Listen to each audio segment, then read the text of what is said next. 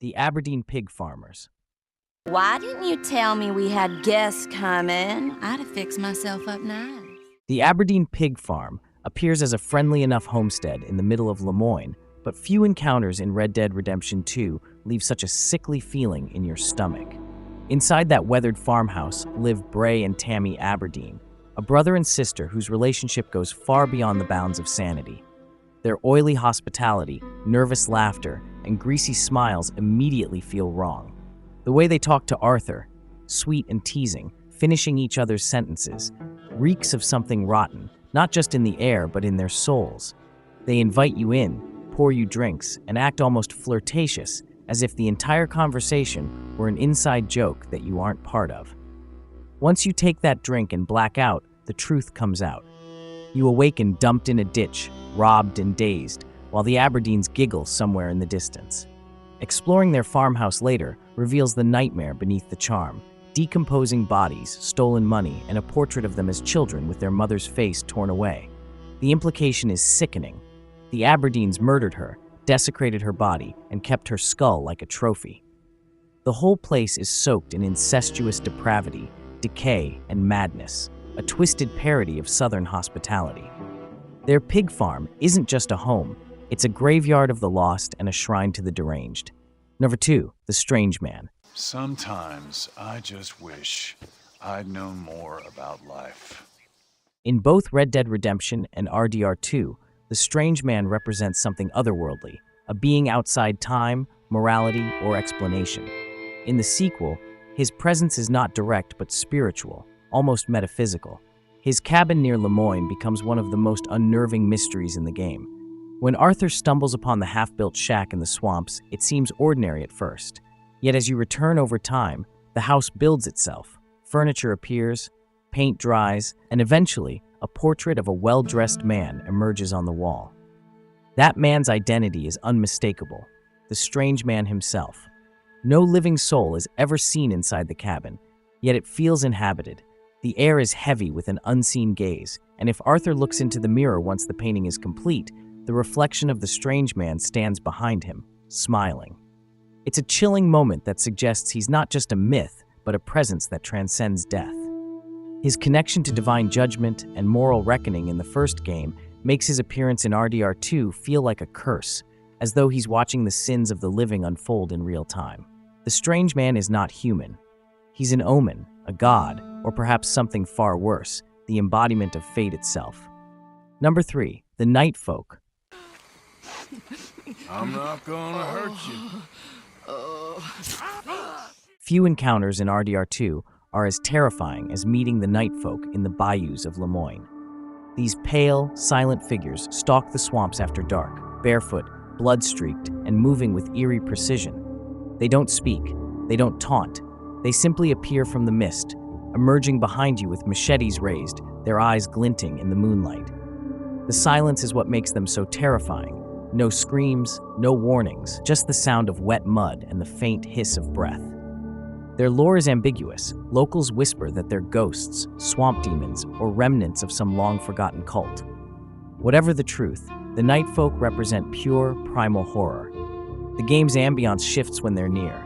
Frogs stop croaking, the wind dies, and the player feels utterly alone. Their attacks are brutal and coordinated, as if driven by instinct or hive mind. You can find one of their shrines deep in the swamp, covered in bones and candles, suggesting ritual sacrifice. The night folk feel like something torn from a nightmare, creatures not meant for the waking world.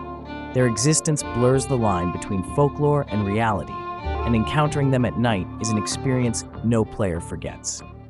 Number 4, Edmund Lowry Jr., the serial killer. Maybe it is a nasty surprise, even though you knew I was going to be here. Edmund Lowry Jr. is RDR2's embodiment of human evil, a serial killer whose work is hidden across the map in grotesque crime scenes. His victims are mutilated, dismembered, and displayed like art installations in the wilderness. Torn limbs hang from trees, blood splatters in deliberate patterns, and cryptic messages scrawled in gore taunt anyone who finds them. Piecing together the clues leads to a cellar beneath a nondescript building where the true horror waits. When you finally meet Edmund, he's polite, almost charming. He speaks with a refined tone, describing his killings as art and Arthur as his inspiration. But the calmness only makes him more revolting. He moves with confidence, like he believes himself chosen, superior. When he attacks, it's sudden and violent, a glimpse into the mind of someone who sees beauty in suffering. After being captured, his mask slips entirely. He screams, laughs, and writhes with joy at the thought of death, his bloodlust spilling out like bile. Edmund's horror isn't supernatural, it's human. And that's what makes him the most terrifying of all, a reminder that monsters don't need magic or myth to exist. They can walk, talk, and live among us, waiting for the right moment to strike. 5. Catherine Braithwaite. It's not without orders from... Oh, I know exactly who gave you your orders. Old Sheriff Gray. Catherine Braithwaite is the matriarch of the decaying Braithwaite family, one of the oldest and most twisted dynasties in Lemoyne. Her plantation, once grand, now reeks of decay, like a Southern Gothic nightmare. She rules over her family with venomous arrogance, her tongue sharp as a knife. Beneath her charm lies cruelty, madness, and a burning hatred for the Greys, their rival family. But Catherine's evil is not the kind that shouts, it simmers. Her smiles hide centuries of blood feuds, corruption, and unspeakable secrets. Her worst act, however, is her treatment of her daughter Penelope, whom she keeps imprisoned for falling in love with a Grey. Catherine's fury burns so deep that she's willing to sacrifice her child to uphold the family's name. And in the end, when Dutch and Arthur confront her, her wickedness collapses into madness. Surrounded by fire as her plantation burns, Catherine's screams echo across the night, a haunting requiem for a woman consumed by her own hate. She isn't a monster of the flesh like the Aberdeens or Edmund Lowry. She's a monster of pride, the kind born from wealth, power, and the rod of privilege. Her death feels deserved, yet still deeply disturbing. 6. The Murfree Brood. Nice fire. Mind if I warm my bones? The Murfree Brood are the closest RDR2 ever comes to depicting feral humanity, a tribe of inbred, cannibalistic outcasts haunting the caves and woods of Roanoke Ridge. They look human at first, but something about them feels off. Their twisted faces, missing teeth, and childlike laughter that turns into screams. They communicate in grunts and snarls, live among piles of bones, and decorate their lairs with human remains. The way they move, twitchy, animalistic, suggests they've completely abandoned civilization. Encountering them feels like stepping into a different world. Their camps are lit by dim fires, their victims' skeletons still bound by rope. Some Murfrees wear masks made of skin. Others talk to corpses as if they're friends. They ambush travelers, eat flesh, and howl with glee as they kill. Dutch's gang even remarks that they might not be fully human anymore, a tribe lost to madness and isolation. The Murfree Brood embody the horror of degeneration, the fear of what happens when people regress into savagery. They're the wilderness made flesh, chaotic, cruel, and beyond redemption. The Vampire of St. Denis. Hey, what are you doing? Stay back for your own sake. In the heart of civilization lurks a being that feels straight out of Gothic horror, the vampire. Finding him requires deciphering cryptic graffiti scattered across the city, each clue pointing towards something dark and forbidden. The writings speak of blood, immortality, and shadows, hinting that something ancient walks among the living. When you finally piece the puzzle together and find him in a secluded alley at night, the scene feels surreal. A pale man in old-fashioned clothes, blood dripping from his lips, feeding on a corpse. His voice is elegant, his demeanor eerily calm. When confronted, he hisses and attacks with supernatural strength, proof that he's no mere man.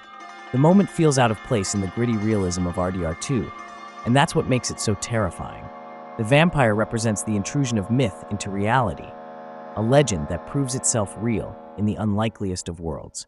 Whether he's truly undead or just deranged, his presence confirms that even in a world of outlaws and gunmen, there are still older, darker evils that defy explanation. Number 8, Marko Dragic. Can't get it right. I don't understand. Of course you don't. Marko Dragic is a man of science, but his story unfolds like a tragic horror tale of obsession, isolation, and the cost of ambition. When Arthur first meets him, Dragic is building inventions that border on miraculous, mechanical men, electrical wonders, devices meant to mimic life. He's brilliant, but frantic, consumed by his experiments. His heavy accent, erratic behavior, and wild theories make him seem eccentric, but there's a darker undertone. He's playing God.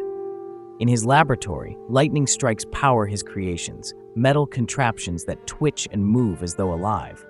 Dragic's masterpiece is an automaton, a humanoid machine that he believes can think and feel. When Arthur returns later, the lab is silent, Dragic dead, and the robot gone. High in the mountains, the automaton can be found wandering alone, calling out in a broken voice. It's a chilling sight, the product of human genius, left abandoned and grieving for its creator. Marko Dragic's story mirrors that of Frankenstein. His hubris leads to his doom, and the thing he brought to life becomes a symbol of his failure. In the end, it's not the robot that's the monster. It's the man who created it without considering the cost.